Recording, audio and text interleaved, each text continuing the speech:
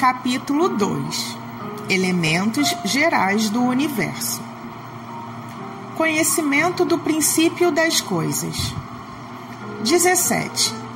É dado ao homem conhecer o princípio das coisas? Não, Deus não permite que tudo seja revelado ao homem neste mundo. 18. Um dia o homem penetrará o mistério das coisas que lhe estão ocultas? O véu se levanta para ele à medida que se depura. Contudo, para compreender certas coisas, precisa de faculdades que ainda não possui. 19. Pelas investigações científicas, não pode o homem penetrar alguns dos segredos da natureza? A ciência lhe foi dada para o seu adiantamento em todos os campos, mas ele não pode ultrapassar os limites fixados por Deus. Quanto mais é dado ao homem entrar nesses mistérios, mais cresce sua admiração pelo poder e sabedoria do Criador. Mas, seja por orgulho, seja por fraqueza, sua própria inteligência o faz joguete da ilusão. Ele amontoa sistemas sobre sistemas, e cada dia que passa lhe mostra quantos erros tomou por verdades e quantas verdades rejeitou como erros. São outras tantas decepções para o seu orgulho. 20. Fora das investigações científicas, pode o homem receber comunicações de ordem mais elevada acerca do que lhe escapa ao testemunho dos sentidos? Sim, se Deus o julgar útil, pode revelar-lhe que a ciência não consegue apreender.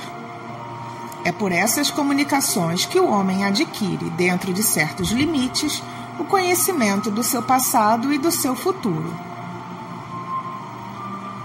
Espírito e matéria. 21.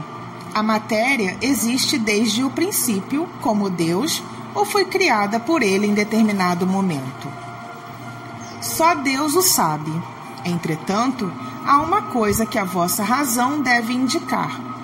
Deus, modelo de amor e de caridade, jamais esteve inativo. Por mais distante que se consiga imaginar o início da sua ação, poder-se-á compreendê-lo um segundo sequer na ociosidade? 22. Define-se geralmente a matéria como sendo o que tem extensão, impressiona os nossos sentidos e é impenetrável. São exatas estas definições? Do vosso ponto de vista, essas definições são exatas, porque não falais senão do que conheceis. Mas a matéria existe em estados que vos são desconhecidos. Pode ser, por exemplo, tão etérea e sutil que nenhuma impressão vos cause aos sentidos. Entretanto, é sempre matéria, embora para vós não o seja.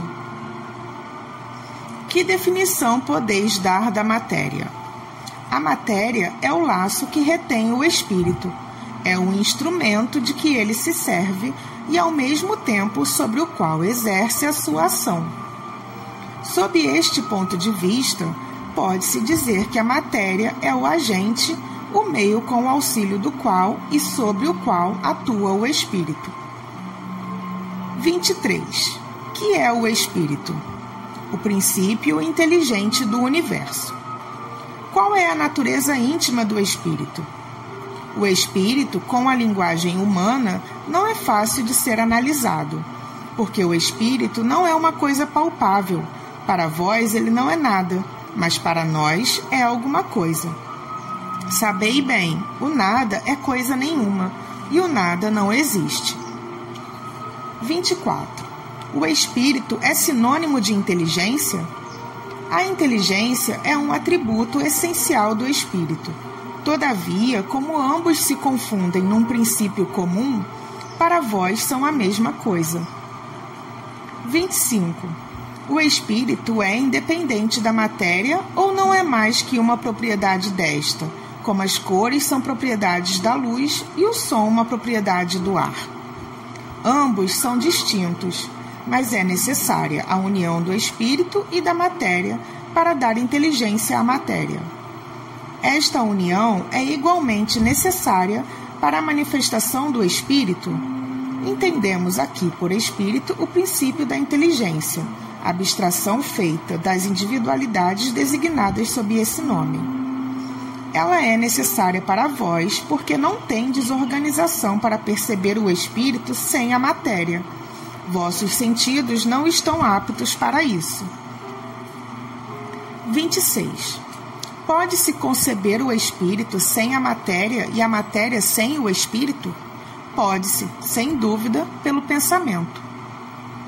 27. Haveria, assim, dois elementos gerais no universo, a matéria e o espírito? Sim, e acima de tudo, Deus, o Criador, o Pai de todas as coisas.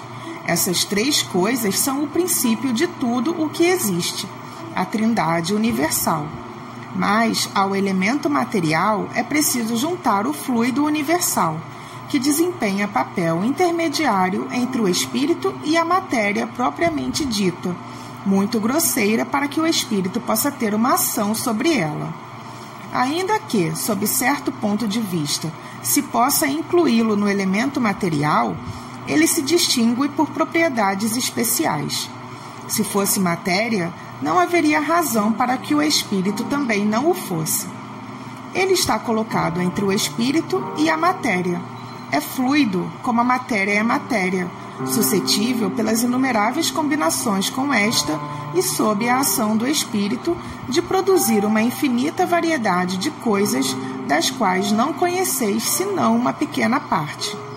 Esse fluido universal, ou primitivo, ou elementar, sendo agente que o espírito utiliza, é o princípio sem o qual a matéria estaria em perpétuo estado de divisão e jamais adquiriria as propriedades que a gravidade lhe dá. Esse fluido seria o que designamos sob o nome de eletricidade? Dissemos que ele é suscetível de inúmeras combinações, e o que chamais fluido elétrico, fluido magnético, são modificações do fluido universal, que não é, propriamente falando, senão uma matéria mais perfeita, mais sutil e que pode ser considerada como independente. 28. Uma vez que o espírito é, ele mesmo, alguma coisa, não seria mais exato e menos sujeito a confusões designar esses dois elementos gerais pelas palavras matéria inerte e matéria inteligente? As palavras pouco nos importam. Cabe a vós formular linguagem adequada a vos entenderdes. As controvérsias surgem, quase sempre, por não vos entenderdes sobre as palavras, visto que a vossa linguagem é incompleta para exprimir as coisas que não ferem os vossos sentidos. Um fato patente domina todas as hipóteses. Vemos matéria que não é inteligente e vemos um princípio inteligente independente da matéria. A origem e a conexão dessas duas coisas nos são desconhecidas. Que elas tenham ou não uma fonte comum com pontos de contato necessários. Que a inteligência tenha sua existência própria ou que ela seja uma propriedade, um efeito. Que seja mesmo, segundo a opinião de alguns, uma emanação da divindade. É o que ignoramos. Elas nos parecem distintas e, por isso, admitimos-las como formando os dois princípios constituintes do universo. Vemos, acima de tudo isso, uma inteligência que domina todas as outras e as governa, distinguindo-se por atributos essenciais. A esta inteligência suprema é que chamamos Deus. Propriedades da matéria. 29. A ponderabilidade é um atributo essencial da matéria? Da matéria como a entendeis? Sim, mas não da matéria considerada como fluido universal. A matéria etérea e sutil que forma esse fluido é imponderável para vós, e nem por isso é menos o princípio da vossa matéria pesada. A gravidade é uma propriedade relativa. Fora das esferas de atração dos mundos, não há peso, do mesmo modo que não há nem acima nem abaixo. 30. a matéria é formada de um só ou de vários elementos? De um só elemento primitivo. Os corpos que considerais como corpos simples não são verdadeiros elementos, mas transformações da matéria primitiva. 31.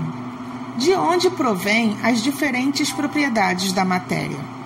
São modificações que as moléculas elementares sofrem pela sua união e em certas circunstâncias. 32. Diante disso, os sabores, os odores, as cores, o som, as qualidades venenosas ou salutares dos corpos não seriam mais que as modificações de uma só e mesma substância primitiva? Sim, sem dúvida, e que não existem senão pela disposição de órgãos destinados a percebê-los. Esse princípio é demonstrado pelo fato de que nem todos percebem as qualidades dos corpos do mesmo modo. Um acha uma coisa agradável ao gosto, enquanto o outro a acha ruim. Alguns veem azul o que outros veem vermelho. O que é um veneno para uns é inofensível ou salutar para outros. 33. A mesma matéria elementar é suscetível de receber todas as modificações e de adquirir todas as propriedades? Sim, e isso é o que se deve entender quando dizemos que tudo está em tudo. O oxigênio, o hidrogênio, o azoto, o carbono e todos os corpos que catalogamos como simples não são mais que modificações de uma substância primitiva. Dada a impossibilidade, até o presente a que estamos submetidos, de remontarmos, a não ser pelo pensamento, a essa matéria primitiva, esses corpos são para nós verdadeiros elementos e podemos, sem maiores consequências, considerá-los como tais até nova ordem. Essa teoria parece dar razão à opinião daqueles que não admitem na matéria senão duas propriedades essenciais, a força e o movimento, e que pensam que todas as outras propriedades não são mais que efeitos secundários, variando segundo a intensidade da força e a direção do movimento. Essa opinião é exata. É preciso ajuntar também. Segundo a disposição das moléculas, como vês, por exemplo, num corpo opaco que pode tornar-se transparente, e vice-versa. 34. As moléculas têm uma forma determinada? Sem dúvida, as moléculas têm uma forma determinada, mas que não é para vós apreciável. Essa forma é constante ou variável? Constante para as moléculas elementares primitivas, mas variáveis para as moléculas secundárias, que não são mais que aglomerações das primeiras, porque o que chamais molécula está ainda distante da molécula elementar. Espaço universal. 35. O espaço universal é infinito ou limitado? Infinito. Supõe-no limitado, que haveria além. Isto te confunde a razão, bem eu sei, e todavia tua razão diz que não pode ser de outro modo. Ele é como o infinito em todas as coisas. Não é na vossa pequenina esfera que podereis compreendê-lo. Supondo-se um limite ao espaço, por mais distante que o pensamento possa conceber, a razão diz que além desse limite há alguma coisa, e assim, passo a passo, até o infinito, porque se essa alguma coisa fosse o vazio absoluto, ainda assim seria espaço. 36. O vazio absoluto existe em alguma parte do espaço universal? Não, nada é vazio.